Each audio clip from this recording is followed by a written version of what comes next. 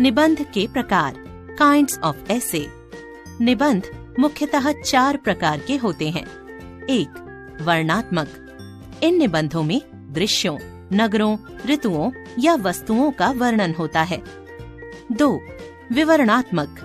इन निबंधों में यात्राओं, घटनाओं, संस्मरणों आदि का वर्णन किया जाता है। 3. विचारात्मक। इस प्रकार के निबंधों में किसी विषय के पक्ष विपक्ष में विचार प्रस्तुत किए जाते हैं, जैसे विज्ञान के लाभ हानियां, टेलीविजन का समाज पर प्रभाव आदि। 4. भावात्मक। इन निबंधों में सूक्तियों आदि पर निबंध रचना की जाती है। निबंध लेखन के कुछ उदाहरण। 1. मेरे जीवन का लक्ष्य। भूमिका, लक्ष्य निर्धारण, मेरे जीवन का लक्ष्य, शिक्षक बनने का उद्देश्य, शिक्षक बनने के बाद मेरी योजना, उपसंहार। भूमिका, जीवन मुश्किलों से भरा हुआ है, अब तो जीना मुश्किल हो गया है और आगे कैसे होगा। ऐसे अनेक प्रश्न हम अपने बड़े बुजुर्गों से सुनते रहते हैं। मेरे ख्याल से इन सब का एकमात्र कारण लक्ष्यहीन जीवन है। इस तरह की बातें केवल वही लोग करते हैं जिनके जीवन में कोई लक्ष्य नहीं होता। लक्ष्य निर्धारण। जीवन में सफल होने का रहस्य है एक लक्ष्य जो हमारी सामर्थ्य के अनुरूप हो। हर व्यक्ति का एक सपना होता है, एक अभिलाषा होती है जिसकी प्राप्ति के लिए उसमें एक चेष्टा, एक चाह होती है। विद्यार्थियों को भी अपने जीवन को सार्थक एवं उज्जवल बनाने के लिए एक लक्ष्य निर्धारित करना चाहिए तथा उसकी प्राप्ति के लिए हमेशा प्रयास करते रहना चाहिए। मेरे जीवन का लक्ष्य। मैंने भी अपने जीवन के लिए एक सपना देखा है जिसे पूर्ण करने के लिए मैं हर संभव प्रयास करूंगा। मेरी चाह है कि बड़ा होकर मैं एक आदर्श शिक्षक बनूं। मैं शिक्षक इसलिए बनना चाहता हूं क्योंकि मेरे अब तक के विद्यार्थी जीवन में माता पिता के बाद मेरे शिक्षकों ने बहुत ही अहम भूमिका निभाई है। शिक्षा एक ऐसा व्यवसाय है जो समाज के विभिन्न स्तंभों को खड़ा करता है। शिक्षक इस कार्य को निश्चल भाव से करता है जिसमें वह अपने विद्यार्थियों को हमेशा कामयाब देखना चाहता है। यह शिक्षकों का मार्गदर्शन ही है जिसके द्वारा विद्यार्थी डॉक्टर, इंजीनियर, वकील, कमिश्नर इत्यादि बनते हैं। शिक्षक बनने का उद्देश्य। शिक्षक बनकर मैं गरीब वर्ग के उन बच्चों को निस्वार्थ पढ़ाना चाहूँगा जो धन की कमी के कारण पढ़ नहीं सकते। उनका अनपढ़ होना उनके लिए अभिशाप साबित हो रहा है। उनको अच्छी शिक्षा प्रदान कर मैं उन्हें समाज की मुख्य धारा में लाने का प्रयास करूँगा ताकि वे भी अन्य लोगों के साथ कंधे से कंधा मिलाकर खड़े हो सकें। शिक्षक बनने के बाद मेरी योजना। अच्छे शिक्षकों को लोग हमेशा दिल में बसा कर रखते हैं। यही कारण है कि डॉक्टर सर्वपल्ली राधाकृष्णन ने अपना जन्मदिन शिक्षक दिवस के रूप में मनाने का फैसला लिया था। शिक्षक बनकर मैं उन सभी समस्याओं को दूर करने का प्रयास करूंगा जिनका सामना आज के विद्यार्थियों को करना पड़ता है। आज का विद्यार्थी मानसिक रूप से बहुत हताश है क्योंकि माता पिता बच्चों को समय नहीं दे पा रहे हैं। विद्यालय कालांश के बाद मैं जरूरतमंद बच्चों को मुफ्त पढ़ाऊंगा और यदि मौका मिला तो अनपढ़ बुजुर्गों एवं मजदूरों को भी शिक्षित करूंगा जिससे वे अपने भले बुरे के बारे में अच्छे से सोच विचार कर सकें। मेरी नजर में शिक्षण कार्य एक पवित्र कार्य है। समाज में रहते हुए समाज को सेवा प्रदान करने का इससे बेहतर कोई भी व्यवसाय नहीं है। उपसंहार। मुझे आशा ही नहीं, पूरा विश्वास भी है कि मैं अपनी अभिलाषा को पूर्ण कर सकूंगा क्योंकि मुझे मेरे माता पिता के साथ साथ शिक्षकों का आशीर्वाद भी प्राप्त है। एक अच्छा शिक्षक बनकर मैं अपनी जिंदगी तो सार्थक बना ही सकूंगा, साथ ही साथ समाज के उत्थान में भी अपना योगदान दे सकूंगा। 2. प्रकाश पर्व, दीपावली। भूमिका, दीपावली का पर्व, पौराणिक तथा ऐतिहासिक संदर्भ, दीपावली मनाने का ढंग, दीपावली का संदेश। दीप जलाओ, अंधकार को दूर भगाओ। भूमिका। भारत में अनेक त्योहार मनाए जाते हैं। इनमें दीपावली का विशेष महत्व है। दीपावली दीपों का त्योहार है। दीपावली सुख, समृद्धि और उल्लास का त्योहार है। मनुष्य ने ईश्वर से हमेशा यह प्रार्थना की है, तमसो मा ज्योतिर्गमय, अर्थात हे प्रभु, हमें अंधकार से प्रकाश के मार्ग पर ले चलो। दीपावली इसी कामना का त्योहार है। दीपावली का पर्व। दीपावली के साथ ही शरद ऋतु का भी आगमन होता है। दीपावली को स्वच्छता का पर्व भी माना जाता है। दीपावली से कुछ दिन पहले ही घरों की पुताई, रंगाई एवं सजावट का काम शुरू हो जाता है। पौराणिक तथा ऐतिहासिक संदर्भ। दीपावली मनाने के अनेक कारण हैं। इसी दिन भगवान राम 14 वर्ष का वनवास पूरा कर अयोध्या लौटे थे। उनके स्वागत में अयोध्या वासियों ने पूरे नगर में घी के दीपक जलाए थे।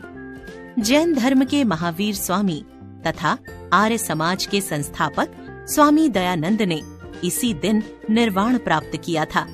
सिखों के छठे गुरु हरगोविंद सिंह जी इसी दिन कैद से मुक्त हुए थे। इस प्रकार दीपावली का संबंध सभी के साथ है। सभी लोग हर्ष उल्लास के साथ इस पर्व को मनाते हैं। दीपावली मनाने का ढंग। दीपावली के दिन घरों में तरह तरह के पकवान एवं मिठाइयाँ बनाई जाती हैं। लोग नए कपड़े खरीदते हैं। रात्रि के समय घरों में रोशनी की जाती है।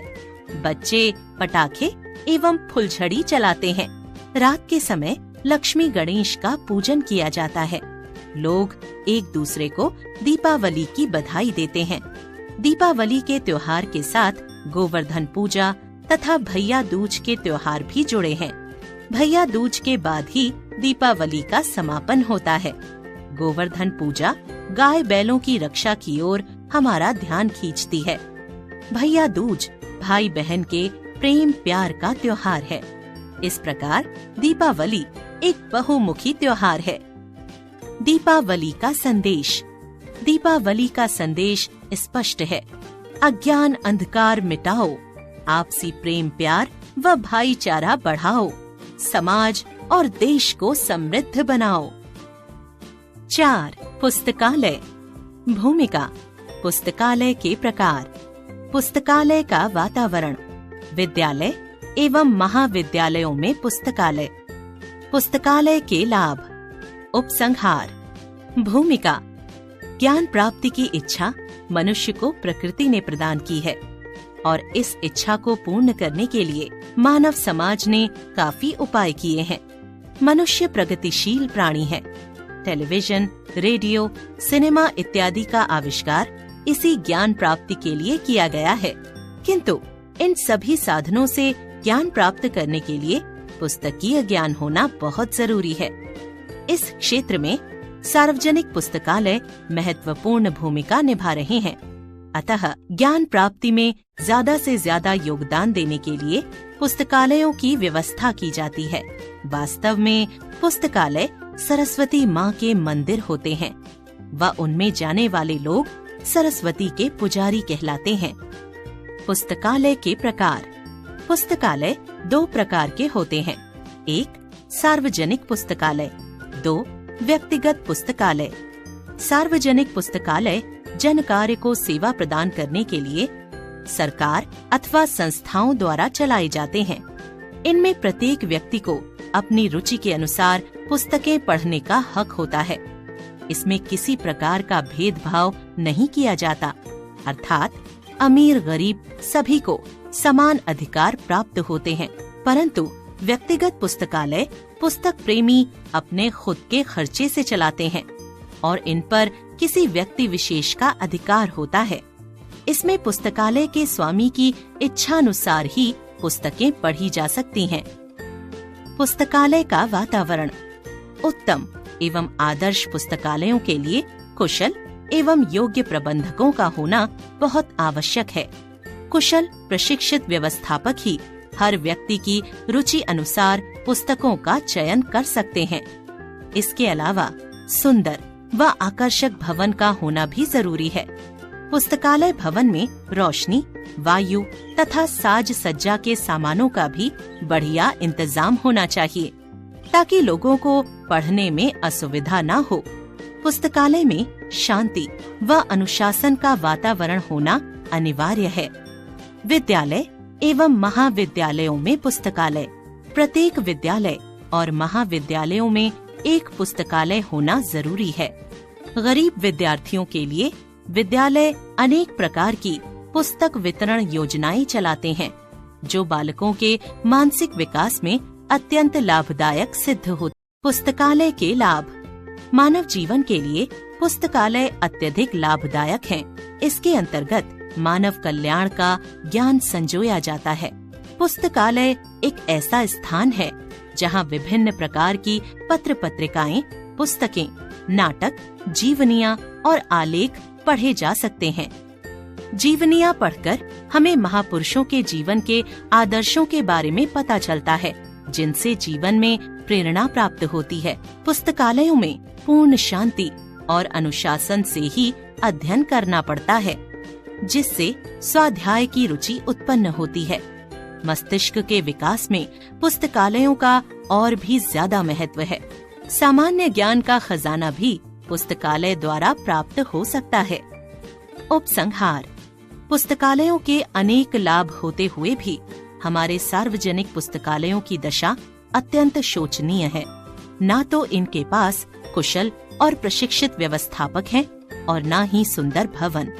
आजकल के पुस्तकालयों की आर्थिक दशा भी अच्छी नहीं है, जिसकी वजह से अच्छी एवं आधुनिक पुस्तकों को खरीदना बहुत कठिन हो गया है। आशा है इस दिशा में प्रशासन कोई ठोस कदम उठाएगा। 5. जन्माष्टमी। भूमिका, पौराणिक संदर्भ, प्रमुख आकर्षण, उपसंहार। भूमिका। भारत को त्योहारों का देश कहा जाता है। त्योहारों से प्रेम, मित्रता तथा भाईचारा दृढ़ होता है। त्योहार के अवसर पर मनुष्य कुछ समय के लिए चिंता से मुक्त होकर प्रसन्नता से भर जाता है। प्रत्येक हिंदू जन्माष्टमी का त्योहार बहुत श्रद्धा एवं भक्ति भाव के साथ मनाता है। पौराणिक संदर्भ।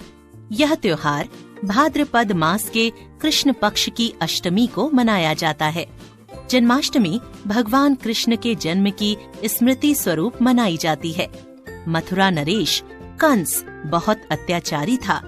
उसे आकाशवाणी द्वारा ज्ञात हुआ था कि उसकी बहन देवकी की 8वीं संतान उसके वध का कारण बनेगी। इस कारण उसने देवकी और बहनोई वासुदेव को कारागृह में डाल दिया था। कृष्ण के जन्म से पूर्व देवकी के एक एक कर 7 संतानें हुई थीं, जिन्हें निर्दयी कंस ने मार डाला था। भगवान कृष्ण ने देवकी की 8वीं संतान के रूप में जन्म लिया। आधी रात का समय था। मूसलाधार वर्षा हो रही थी। भगवान की लीला अद्भुत होती है। श्री कृष्ण के जन्म के समय सारे पहरेदार सो गए। किले के द्वार अपने आप खुल गए। कंस से बचाने के लिए वासुदेव कृष्ण को यमुना पार अपने मित्र नंद के घर नंदगांव छोड़ आए। कंस ने कृष्ण को मारने के अनेक प्रयास किए, परंतु उसे हमेशा असफलता ही मिली। मथुरा आकर कृष्ण ने कंस का वध कर प्रजा को उसके अत्याचारों से मुक्ति दिलाई। उन्होंने दुष्टों राक्षसों का वध किया। महाभारत के युद्ध में कृष्ण ने पांडवों का साथ देकर धर्म की रक्षा की। प्रमुख आकर्षण। जन्माष्टमी के पर्व पर मंदिरों की सजावट देखने योग्य होती है। कृष्ण के जीवन से संबंधित झांकियां निकाली जाती हैं। स्थान स्थान पर कृष्ण लीलाओं का मंचन होता है।